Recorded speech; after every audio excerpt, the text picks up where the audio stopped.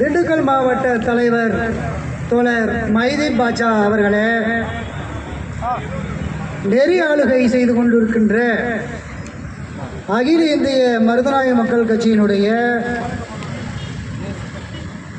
திருச்சி மாவட்ட தலைவர் மன்சூர் அலி அவர்களே,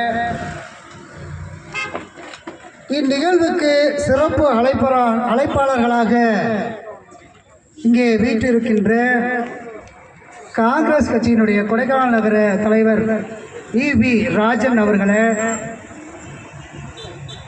கரும்புலி குயிலி பேரவையின் திண்டுக்கல் மாவட்ட செயலாளர் தோழர் காளீஸ்வரி அவர்களே,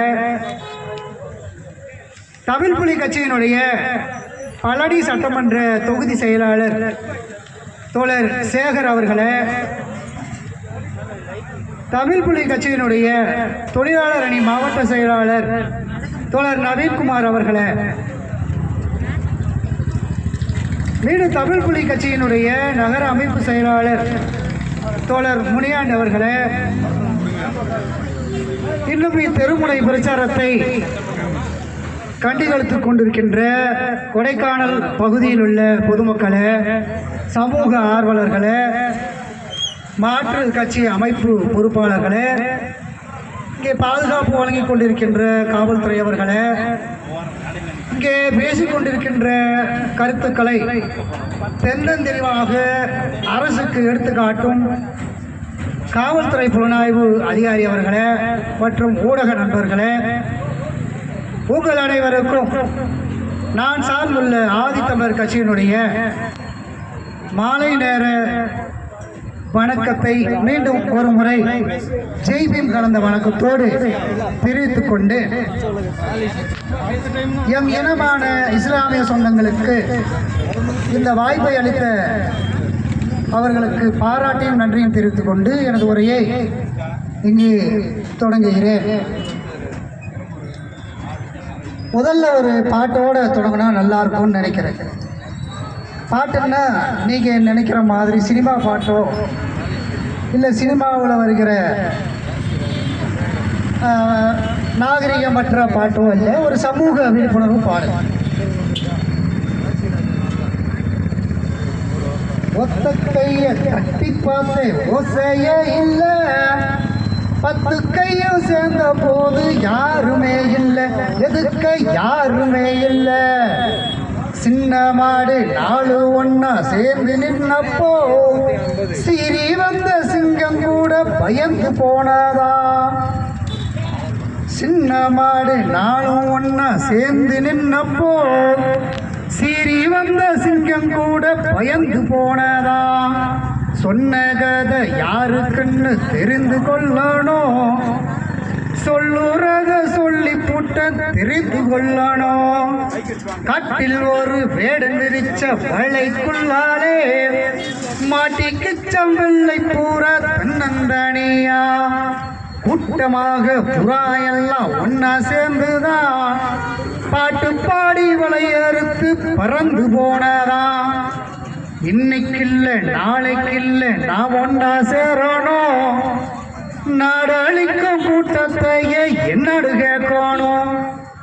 8 திக்கும் நம்மாதிக்கம் மட்டும் ஆகணும், எல்லோரும் சேர்ந்து இந்த போர் நடத்திடணும்.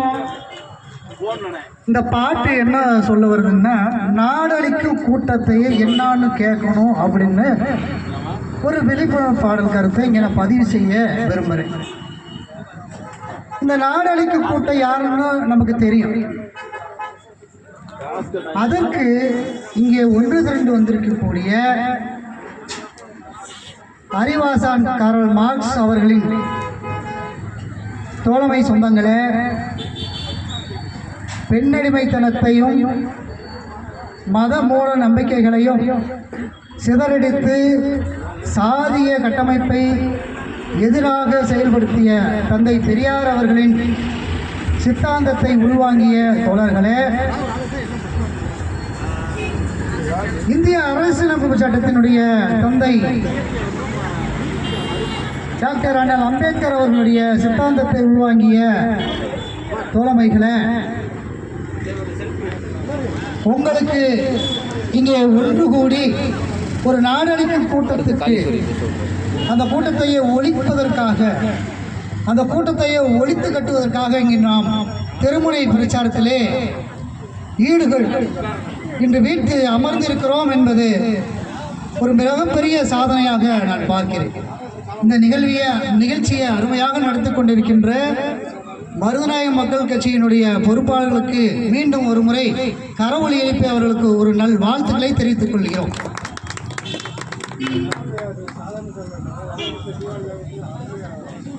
மைசூரின் புலி, மைசூரிலே புலி என்று அழைக்கக்கூடிய நமது திப்பு சுல்தான் அவர்களை பற்றி தான் ஓரிரு வார்த்தைகளில் சொல்ல விரும்புகிறேன். அவருடைய இன்றைய பிறந்தநாளை முன்னிட்டு இந்த திருமுனை பிரச்சாரத்திலே நாம் அவரை பற்றி ஒரு 2 நிமிஷம் பேசலாட்டி அந்த கூட்டத்தினுடைய அர்த்தமே இல்லாமல் போய்விடும். திப்பு சுல்தான் அவர்கள் வந்து சண்டை போடுவாப்புல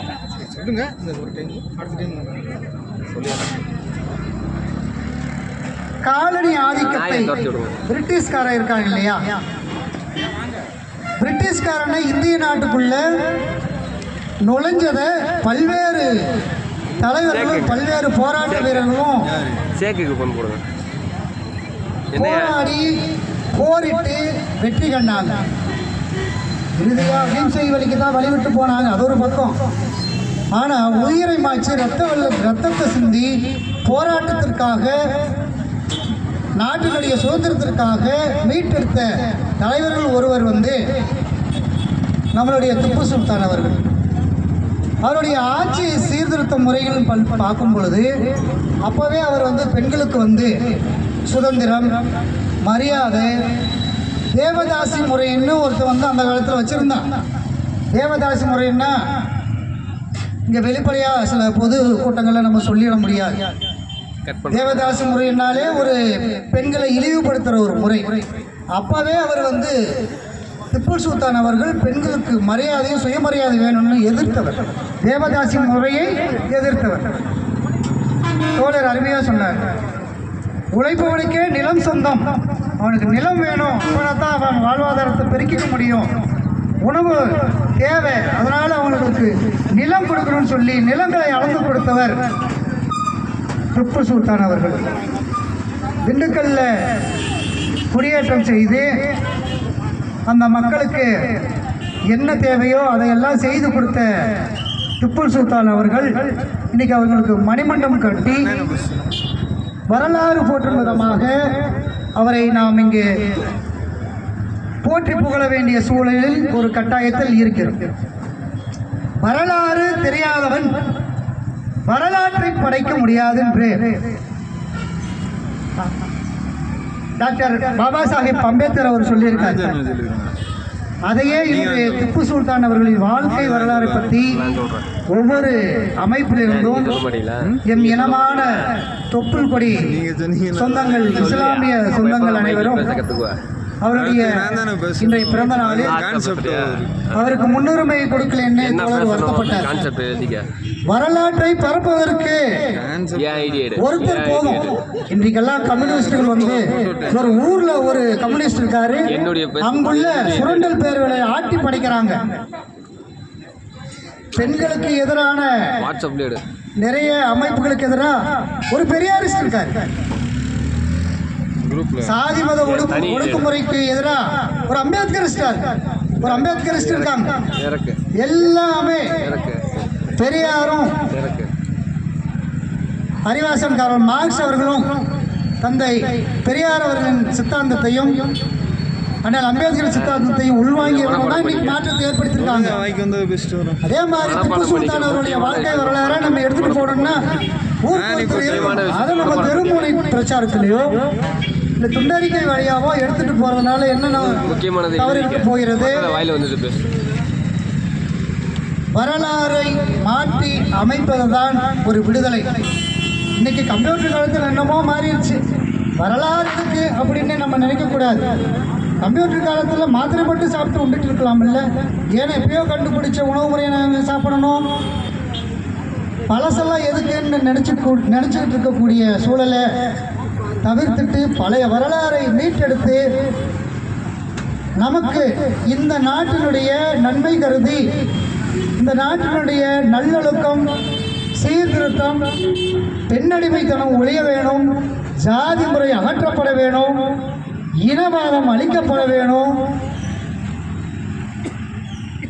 இன்னும் சொல்ல போனால் மத ரீதியான மத பரப்புரைகளுக்கு முதலிடம் கொடுத்து மத அரசியலை செய்து கொண்டிருக்கின்ற கூட்டத்தை நாமெல்லாம் ஒன்று சேர்ந்தால் தான் தடுக்க முடியும்னு சொல்லி இந்த வாய்ப்புக்கு நன்றி கூறி விடைபெறுகிறேன். நன்றி, வணக்கம்.